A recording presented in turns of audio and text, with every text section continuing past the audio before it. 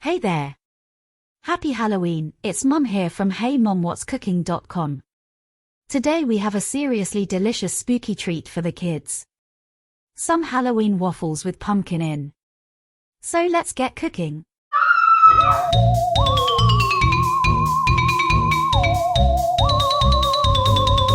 Before we start, heat your waffle iron and then add in the dry ingredients to your mixing bowl. The full list of them and instructions can be found in the link in the description below. Then in a separate bowl, you're going to mix the pumpkin puree, milk, buttermilk, and melted butter. Add the pumpkin mixture to the dry ingredients and a small amount of orange food coloring. Whisk until just combined. In a separate bowl, beat the egg whites until light and fluffy. Add the egg whites to the batter and carefully fold them into the mixture.